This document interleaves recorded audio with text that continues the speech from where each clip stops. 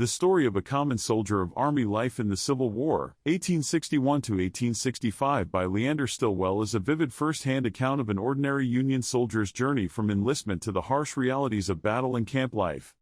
If you enjoy this content, please like and subscribe. These are Stillwell's words. Let's begin. After our return from the Clarendon affair, we remained in camp at Devall's Bluff, where nothing more important occurred than drilling, reviews, inspections, and the like.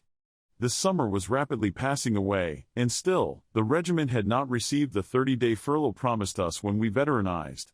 Nearly all the other regiments in the department that had re-enlisted had received theirs, and it looked as if the poor old 61st Illinois had been lost in the shuffle. The boys began to get a little impatient about this and were somewhat disposed to grumble, which was only natural. But on August 8th, the paymaster made us a visit, paid us 6 months' pay and our veteran bounty, and then the prospect for the furlough began to brighten. We were assured by our officers that we had not much longer to wait. And sure enough, on August 14th, we started home. We left the recruits and non-veterans at Devall's Bluff, to which we expected to return on the expiration of our furlough, but the fates willed otherwise, as will be seen later. When we filed on board the steamboat that August morning, the old regiment, as an organization, was leaving Arkansas forever. I will say here that I have always regretted, and shall regret as long as I live, that after the capture of Vicksburg, the regiment happened to get switched off into Arkansas. We were thereby taken away from the big armies and out of the main currents of the war, where great deeds were being done and history made. Of course, we could not help it, we had no choice, and, as I have remarked before, the common soldier can only do what those in authority direct. As connected with this subject, I will here tell the story of a little conversation I had with General W. T. Sherman at his office in Washington in February 1883. I had gone to that city on a business matter, and while there, I met Colonel P.B. Plum, then one of the senators from Kansas. In the course of our conversation, he asked if there were any of the big bugs in Washington I wanted to see. If so, he would be glad to take me around and introduce me. I replied that there were only two, that just as a matter of curiosity, I would like to see President Arthur, but I really was very desirous of having a little visit with General Sherman. Plum laughed, said that my desires were modest, and made a date with me when he would take me to see the President and General Sherman. At the time appointed, we went first to the White House, where we met the President. I shook hands with him, and after a few commonplace remarks, I retired to the background.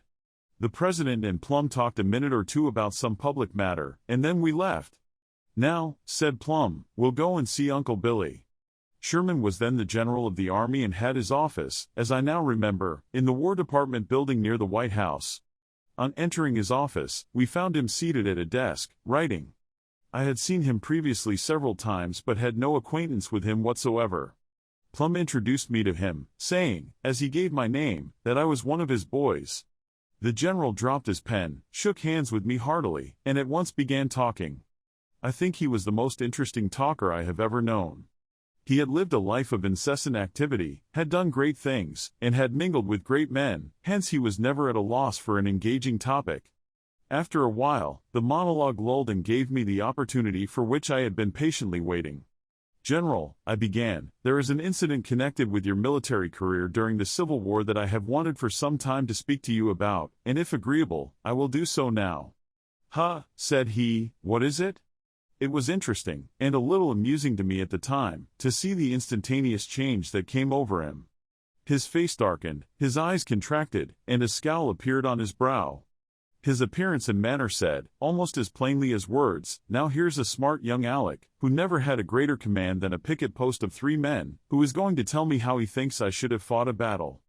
Resuming, I said, "Some years ago, I read General Badeau's Life of Grant, and found published therein a letter from General Grant to you, written sometime in the fall of 1863, when you were marching across the country from Memphis to reinforce him at Chattanooga, in which Grant said, in substance, urge on Steele the necessity of sending you Kimball's division of the 16th Corps.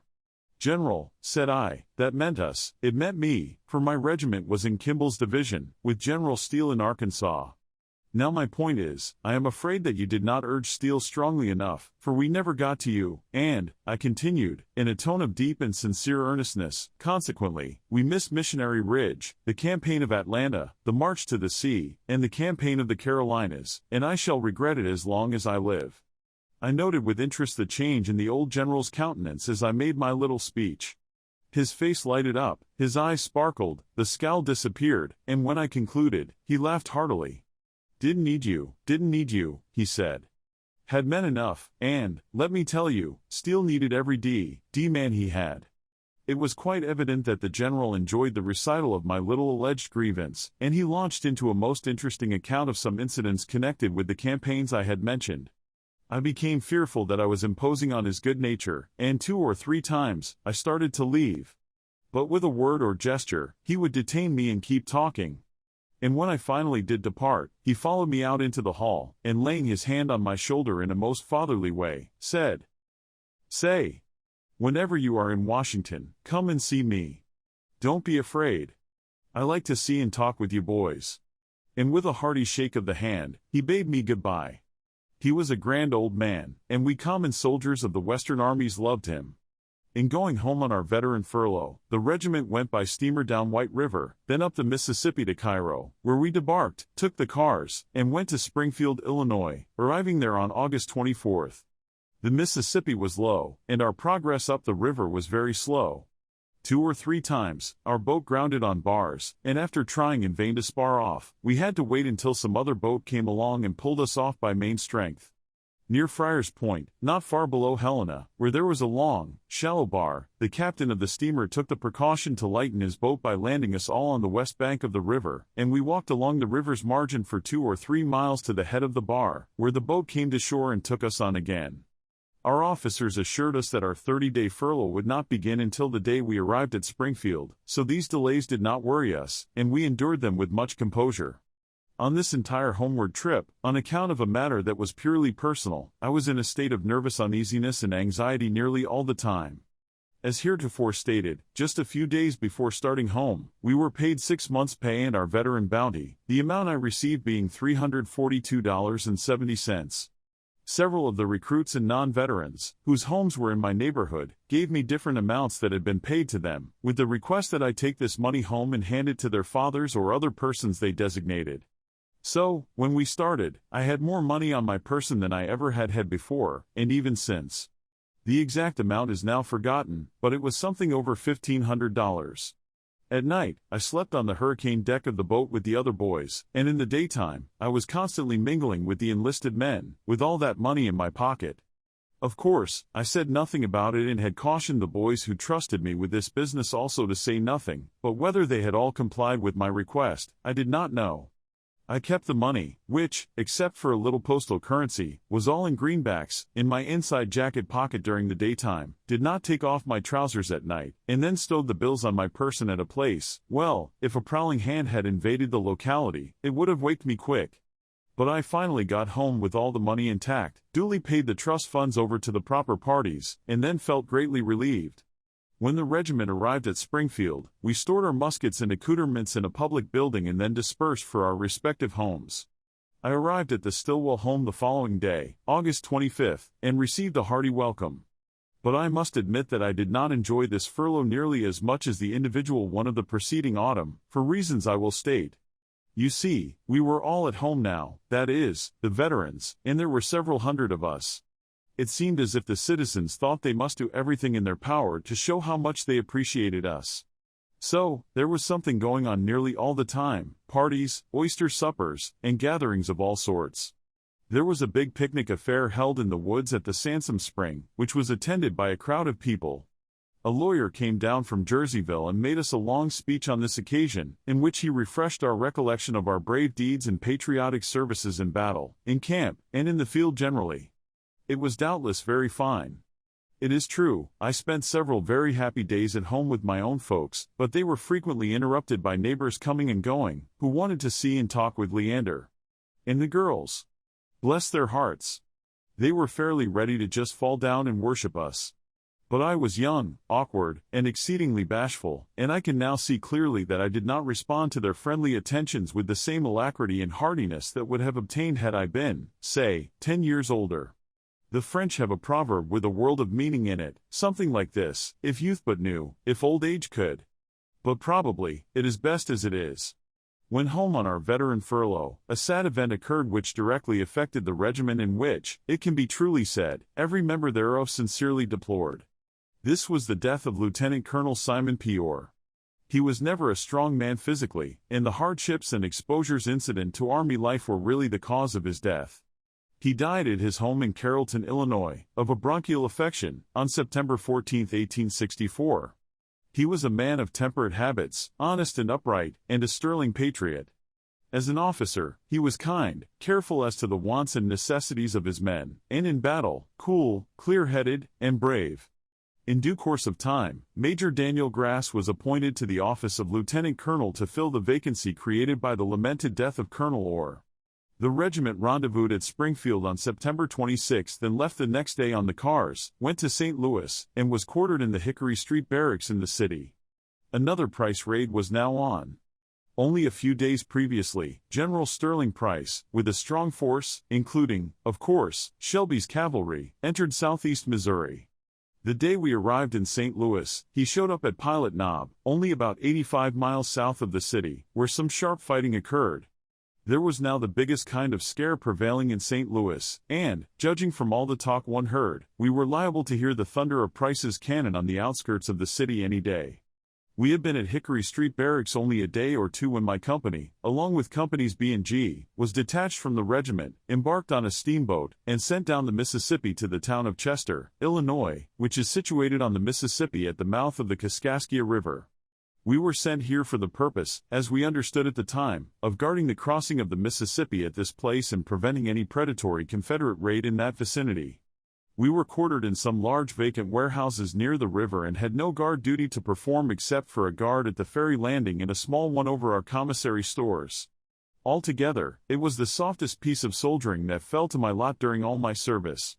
We had roofs over our heads and slept at night where it was dry and warm, the autumn weather was ideal, and we just idled around, careless, contented, and happy.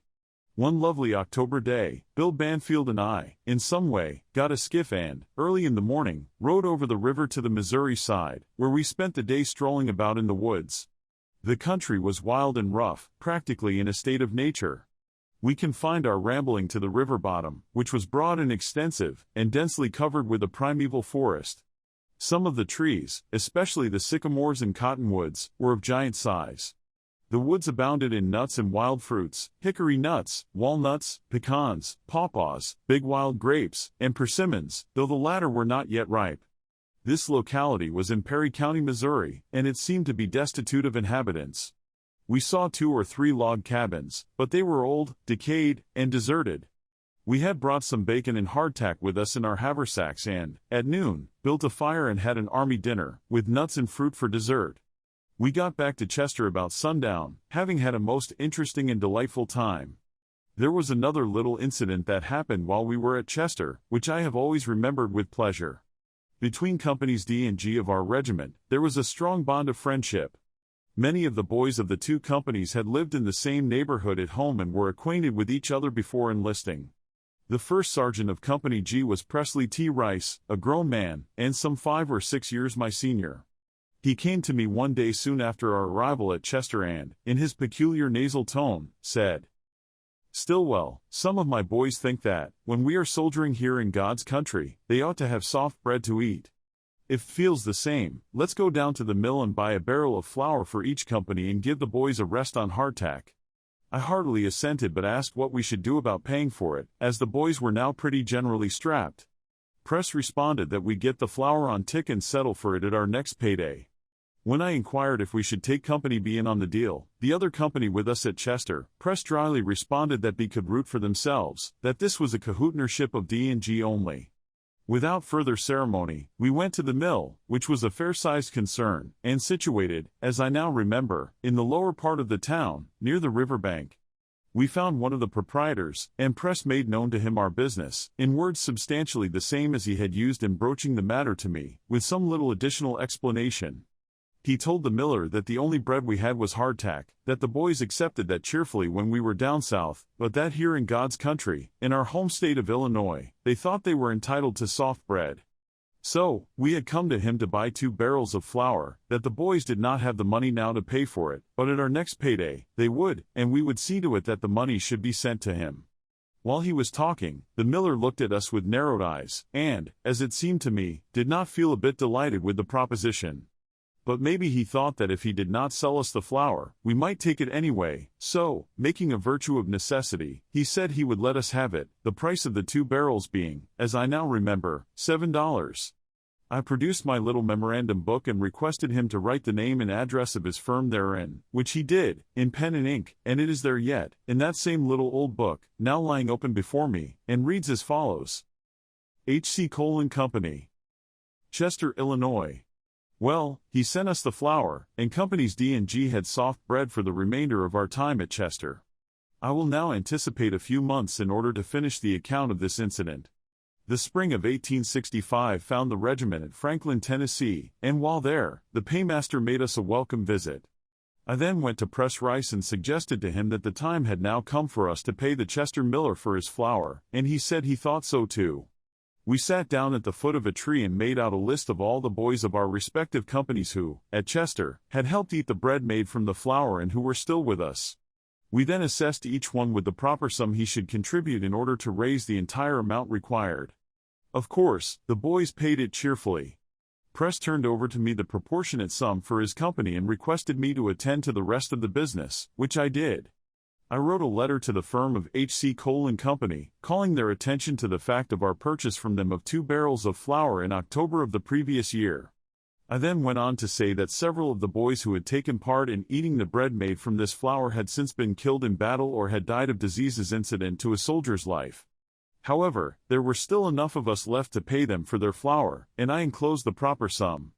I have forgotten in just what manner or form it was sent, but I think it was by express. In due course of time, I received an answer acknowledging receipt of the money, written in a very kind and complimentary tone. After heartily thanking us for the payment, the letter went on to state that, in all the business dealings of H.C. Cole & Company with Union soldiers, the firm had been treated with fairness and remarkable honesty, and they sincerely appreciated it. Many years later, out in Kansas, I met a man who had lived in Chester during the war and told him the foregoing little story. He said he knew the milling firm of Cole & Company quite well and that, during the war, they were most intense and bitter copperheads, having no use whatsoever for Lincoln hirelings, as Union soldiers were sometimes called by the butternut element. My informant was a respectable, truthful man, so it is probable that his statement was correct. It served to throw some light on the grim conduct of the miller with whom Press and I dealt. But they treated us well, and if they were of the type above indicated, it is hoped that their little experience with us may have caused them to have a somewhat kindlier feeling toward Union soldiers than they had previously entertained. On October 14th, we left Chester on the steamer A. Jacobs and went to St. Louis, where we arrived on the 15th and marched out to Laclede Station, about 6 miles from St. Louis, on the Pacific Railroad, where we found the rest of the regiment. There was a railroad bridge at this place, over a small stream, and I suppose that during the scare in St. Louis, it was deemed prudent to have a force stationed here to guard the bridge. On October 19th, the regiment left Laclede and went by rail on the North Missouri Railroad to Mexico, in Audrain County, Missouri, about 110 miles northwest of St. Louis. There, we reported to Colonel Samuel A. Holmes, colonel of the 40th Missouri Infantry. We left Mexico on October 21st and marched northward 25 miles to Paris, the county seat of Monroe County. There was a body of irregular Confederate cavalry, supposed to be about 500 strong, under the command of a Colonel McDaniel, operating in this region and carrying on a sort of predatory and uncivilized warfare. We learned that it was our mission to bring this gang to battle and destroy them if possible or, failing that, to drive them out of the country. Our force consisted of about 700 infantry, the 40th Missouri and the 61st Illinois, and a detachment of about 300 cavalry, whose state and regimental number I have forgotten. Our cavalry caught up with the Confederates at Paris and had a little skirmish with them, but before the infantry could get on the ground, the enemy lit out as fast as their horses could carry them. We lay that night at Paris, and the next day, the 22nd, we marched to the little town of Florida, where we bivouacked for the night.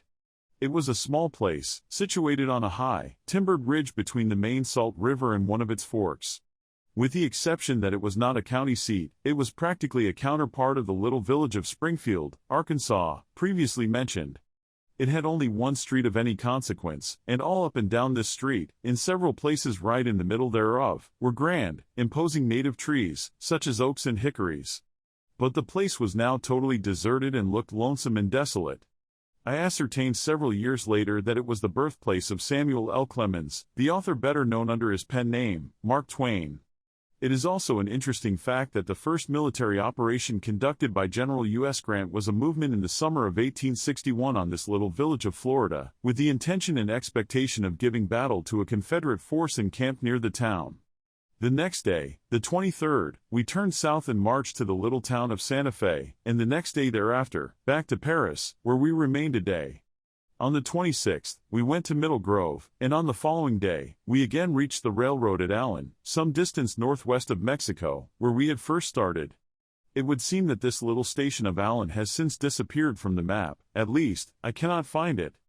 On this expedition, the infantry never caught a glimpse of an armed Confederate, but the object of the movement was accomplished. We kept after our foes so persistently that they left the locality, crossed the Missouri River, joined Price's army, and with it, left the state.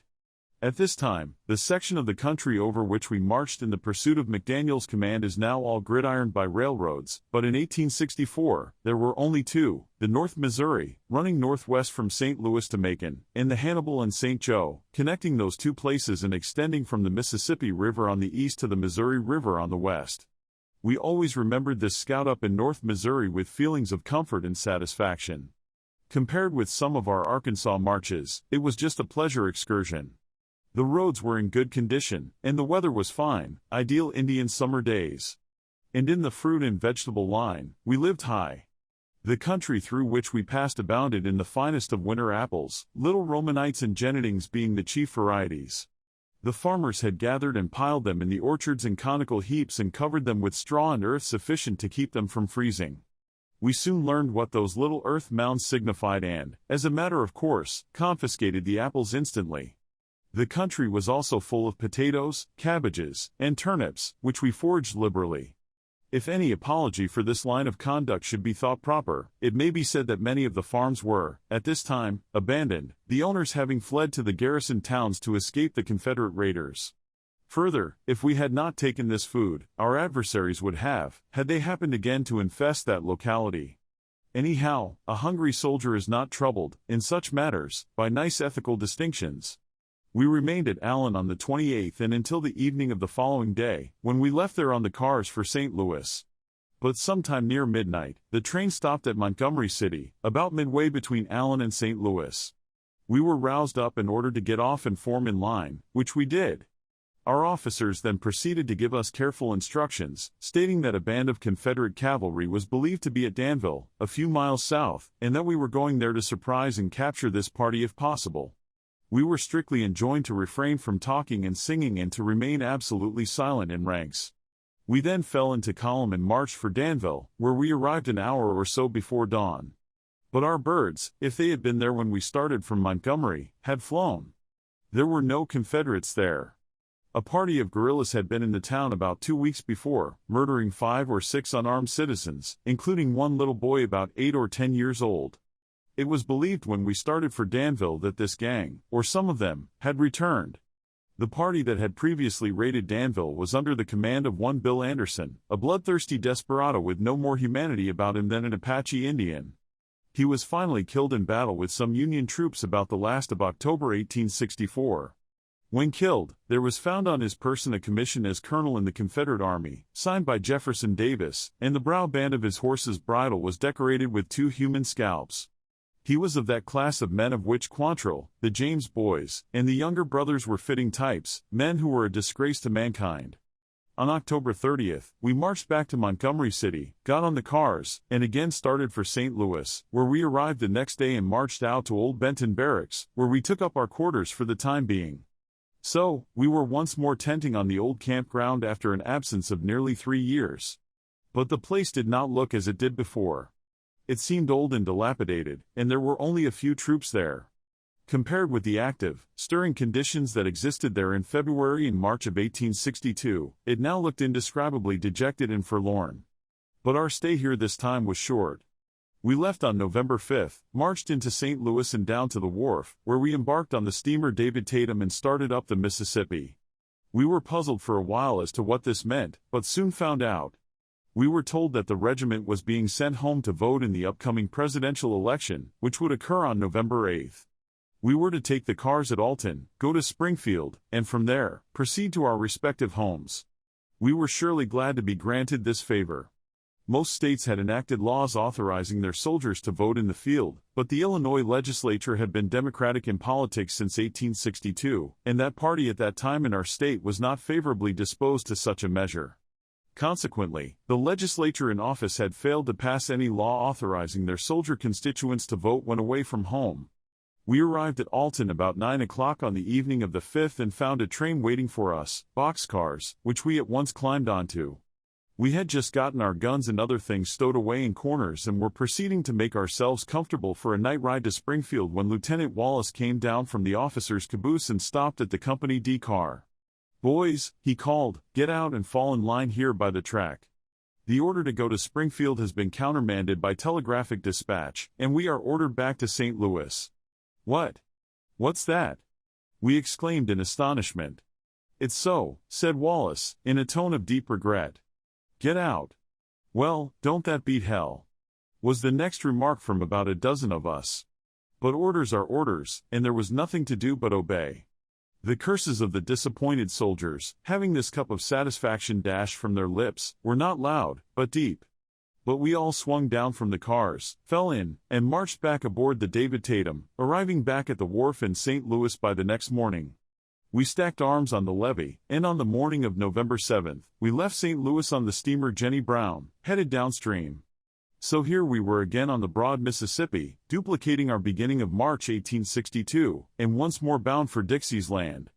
By this time, we had become philosophical and indifferent to the ups and downs of our career.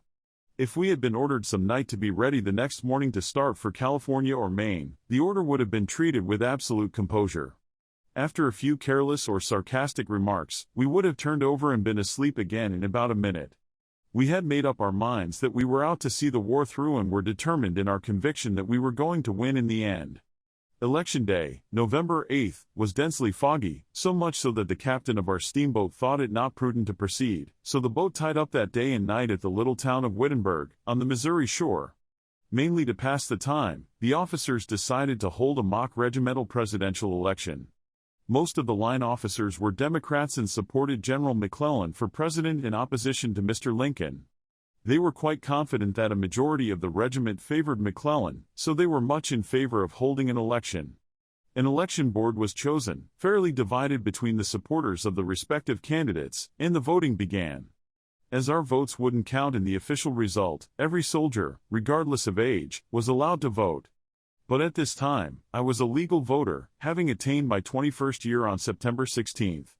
You may rest assured that I voted for Uncle Abe good and strong. When the votes were counted, to the astonishment of nearly all of us, Mr. Lincoln was found to have 16 votes in the majority. As the regiment had been largely Democratic when it left Illinois in February 1862, this vote showed that the political opinions of the rank and file had, in the meantime, undergone a decided change. We left Wittenberg on the forenoon of the 9th, but owing to the foggy conditions, our progress was very slow. We reached Cairo on the 10th and proceeded up the Ohio River, arriving at Paducah, Kentucky, on the 11th, where we debarked and went into camp. We remained here nearly 2 weeks, doing nothing but the ordinary routine of camp duty, so life here was quite uneventful. Paducah was then an old, sleepy, dilapidated, and badly decayed river town, with a population at the outbreak of the war of about 4,000. After our brief stay here ended, I never returned to the place again until October 1914, when I was there for about a day, which I devoted to rambling about the town. The flight of 50 years had made great changes in Paducah. It now had a population of about 25,000, 4 different railroad lines, streetcars, electric lights, and a full supply of other so-called modern conveniences. On this occasion, I hunted faithfully and persistently for the old campground of the regiment in 1864 but could not find it, nor even any locality that looked like it. On the evening of November 24, the regiment left Paducah on the little stern-wheel steamboat Rosa D, which steamed up the Ohio River as far as the mouth of the Cumberland, then turned to the right, and proceeded to ascend that stream.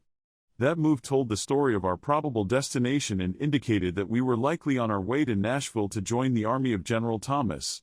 There was another boat that left Paducah at the same time as we did, the Masonic Gem, a stern-wheeler about the same size as our boat. It was also transporting a regiment of soldiers, whose state and regimental number I do not now remember.